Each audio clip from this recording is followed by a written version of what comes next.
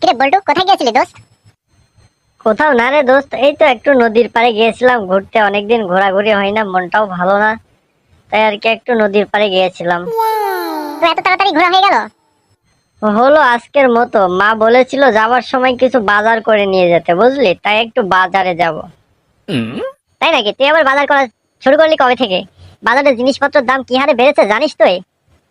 আরে দোস্ত, ঠিকই বলেছিস, জিনিসপত্রের দাম যে হারে বাড়ছে সেই হিসাবে তো আমাদের ধর স্টুডেন্ট ছাত্রছাত্রীদের তো ওই তোর শিক্ষা বোর্ড আর প্রধানমন্ত্রীকে ধন্যবাদ দেওয়ার দরকার।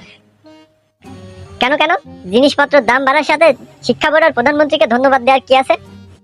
আরে দোস্ত দেখ, তুই ভেবে দেখ, প্রতি বছরে জিনিসপত্রের দাম যে হারে বাড়ছে, এভাবে যদি আমাদের পরীক্ষার পাশের মার্ক বাড়াই দিত তাহলে বল আমাদের কত পড়াশোনা করা লাগতো।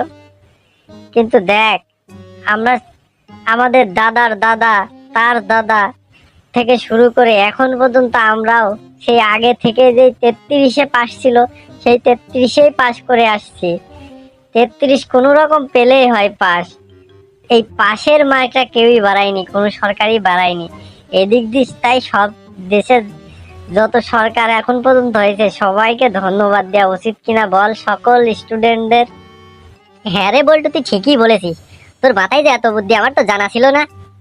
হ্যাঁ হ্যাঁ, দেখতে হবে না নামটা কি আমার? বল্টু।